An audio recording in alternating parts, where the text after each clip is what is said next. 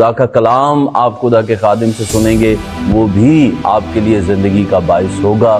تو بڑے دھیان سے کیئرفل ہیں، ہمبلی ریکویسٹ کروں گا بھائی خرم انور سے کہ وہ خدا کے کلام کی خدمت ہمارے لیے کریں گے۔ جی سر۔ شکریہ بھائی صاحب۔ آئیں خدا کے کلام میں سے اپنی نصیحت اور برکت کے لیے یوحنا کی انجیل اس کا 10واں باب اور اس کی 10ویں آیت۔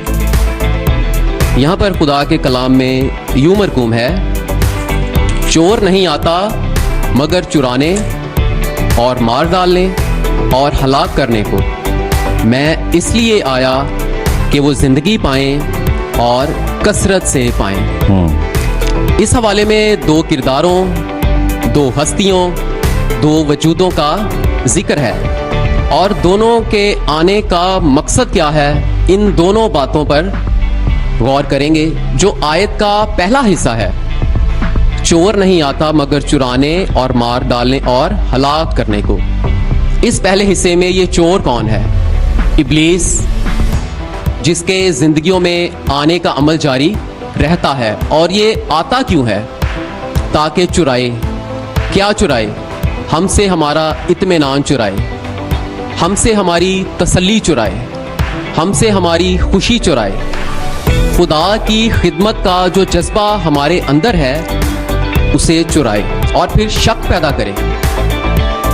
جو اطمینان خدا ہمیں دیتا ہے اسے چرائے، اور زندگیوں میں بے چینی، بے قراری، بے اعتمادی، نا امیدی کا ماحول پیدا کرے، اور یوں مجموعی طور پر، ذہنی طور پر انسان کو اس حد تک مفلوج کر دے کہ وہ شخص خدا سے دور ہو جائے۔ یہ ہوا کے پاس آیا، شک پیدا کیا، نافرمانی ہوئی، گناہ ہوا، اور جو خدا کے ساتھ رفاقت رکھتے تھے خدا کے ساتھ ان کی دوری ہو گئی۔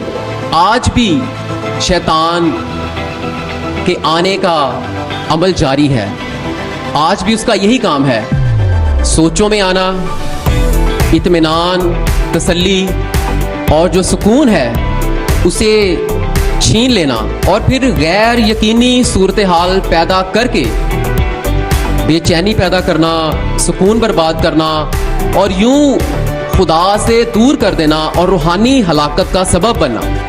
تو یہ کام ابلیس آج بھی بڑے زوروں کے ساتھ کر رہا ہے، اور کئی لوگ تو ایسے ہیں جو اس قدر اس کی گرفت میں، اس کے شکنجے میں، اس کے قبضے میں ہے کہ شیطان جب چاہے ان کو بڑی آسانی کے ساتھ ان کی زندگیوں میں بے چینی، بے قراری، نا امیدی پیدا کر کے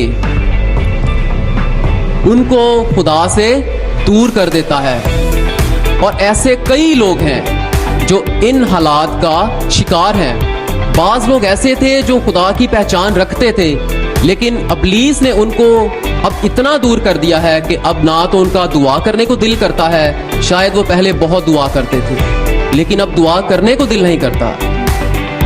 ایک ایماندار شخص کہتا ہے کہ اب میرا دعا کرنے کو دل ہی نہیں کرتا۔ وہ پہلے خداوند کی گواہی دیتا تھا۔ شاید آپ پہلے لگاتار چرچ جاتے تھے، لیکن اب سالوں سال بیت جاتے ہیں، چرچ کے آگے سے گزر جاتے ہیں اور احساس بھی نہیں ہوتا کس قدر ابلیس زندگیوں میں کام کر رہا ہے، اور وہ لوگوں کو خدا سے دور کر دیتا ہے۔ کلام پڑھے ہوئے شاید پہلے ہر روز پڑھتے تھے، شاید پوری بائبل کو ختم کیا تھا، لیکن اب مہینوں گزر جاتے ہیں، سالوں گزر جاتے ہیں، لیکن خدا کا کلام پڑھنے کو دل نہیں کرتا۔ خاندانی تعلقات دیکھ لیں کس طرح سے ابلیس زندگیوں میں کام کر رہا ہے۔ میاں بیوی کے تعلقات میں دراڑ ڈال دیتا ہے، سیپریشن ہو جاتی ہے، بچے نافرمان ہو رہے ہیں، وہ والدین کی بات مانتے نہیں ہیں۔ کس طرح سے نوجوان نسل ٹیکنالوجی کے وسیلے سے تباہ ہو رہی ہے، اس کے منفی استعمال سے زندگیاں برباد ہو رہی ہیں، اور نوجوان نشے کی حالت میں ہے۔ ایک طرف تو ابلیس بڑے زوروں کے ساتھ یہ کام کر رہا ہے کہ وہ زندگیوں کو بربادی، نا امیدی، بے چینی پیدا کر کے ان کو ہلاکت کی طرف لے کر جا رہا ہے، تاکہ وہ لوگ خدا سے دور ہو جائیں اور ہلاک ہو جائیں۔ لیکن بات یہاں پر ختم نہیں ہوتی. اس کے بعد جو دوسرا حصہ ہے وہ ہمارے لیے بڑا حوصلہ افزا ہے, ہماری تقویت کا باعث ہے. ہمارے لیے اس میں ایک بڑی اچھی خبر ہے, ایک گڈ نیوز ہے. اور وہ گڈ نیوز کیا ہے؟ آیت کا دوسرا حصہ ہے, آئیں غور کریں. یہاں پر لکھا ہے, میں اس لیے آیا کہ وہ زندگی پائیں اور کثرت سے پائیں. یہ میرا اور آپ کا خداوند یسوع مسیح ہے, نجات دہندہ ہے, معاف کرنے والا ہے, زندگی بخشنے والا ہے, زندگی دینے والا خداوند یسوع مسیح ہے, جس نے کہا کہ میں کثرت کی زندگی دینے آیا. اور اس کثرت کی زندگی کو دینے کی وجہ کیوں بنی؟ کیونکہ آدم اور حوا کے گناہ کے باعث جو عدن میں خدا سے دوری ہو گئی تھی, اس دوری کو ختم کرنے کے لیے خدا نے اپنی محبت کا ثبوت دیا. God is love.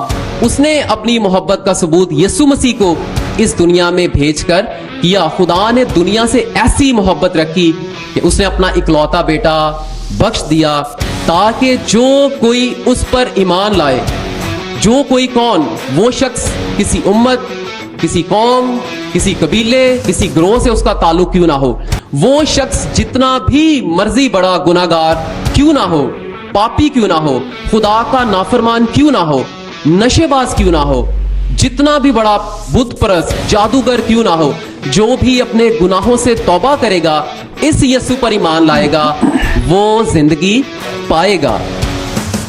اور پھر یسوع مسیح کے وسیلے سے اطمینان, خوشی, تسلی ملتی ہے, حوصلہ ملتا ہے, اور سب سے بڑھ کر زندہ امید ملتی ہے.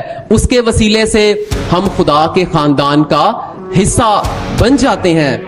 اور اس کی ایک مختصر سی گواہی, بائبل میں ایک ایسا شخص ہے جو بدروح گرفتہ ہے, قبروں میں رہتا ہے, رات دن چلاتا ہے, پتھروں سے اپنے آپ کو زخمی کرتا ہے, بری روح کے قبضے میں ہے, لیکن یسوع مسیح کے وسیلے سے وہ شخص آزاد ہو جاتا ہے. یہ ہے ہمارے خداوند کی قدرت. یسوع مسیح کے اس دنیا میں آنے کا مقصد ہی یہ ہے تاکہ وہ ابلیس کی قید میں جو لوگ ہیں, اس کے قبضے میں ہیں, اس کو آزاد کرے, اسے چھڑائے. اب انتخاب آپ کا ہے, چناؤ آپ کا ہے, فیصلہ آپ کا ہے. ایک طرف وہ ہے یعنی ابلیس جو زندگیوں کو تباہ کرتا ہے, برباد کرتا ہے, نا امیدی لے کر آتا ہے, ہلاکت کی طرف لے کر جاتا ہے. لیکن دوسری طرف میرا اور آپ کا منجی خداوند یسوع مسیح ہے جو زندگی دیتا ہے, اطمینان دیتا ہے, اور زندگی بھی ایسی دیتا ہے جو کثرت کی زندگی ہے, نہ ختم ہونے والی زندگی ہے. ایک زندگی تو یہ ہے جو ہم جی رہے ہیں, 60 سال 70 سال, قوت ہو تو 80 برس, لیکن اس زندگی کو ختم ہو جانا ہے. لیکن جو زندگی مسیح دیتا ہے وہ کثرت کی زندگی ہے, کبھی نہ ختم ہونے والی زندگی ہے. یہی خداوند یسوع مسیح جلد آنے والا ہے, اور اب کی بار وہ بادشاہ کی صورت میں آئے گا, عادل منصف کی صورت میں آئے گا, دنیا کی عدالت کرنے کو آئے گا. اس یسوع پر ایمان لے آئیں تاکہ آپ موت سے نکل کر زندگی میں کرنے کو آئے گا. اس یسوع پر ایمان لے آئیں تاکہ آپ موت سے نکل کر زندگی میں آ جائیں. خداوند ہمیں یسوع مسیح پر ایمان لانے کا فضل بخشے. آمین. Amen, amen, amen. Praise the Lord, praise the Lord.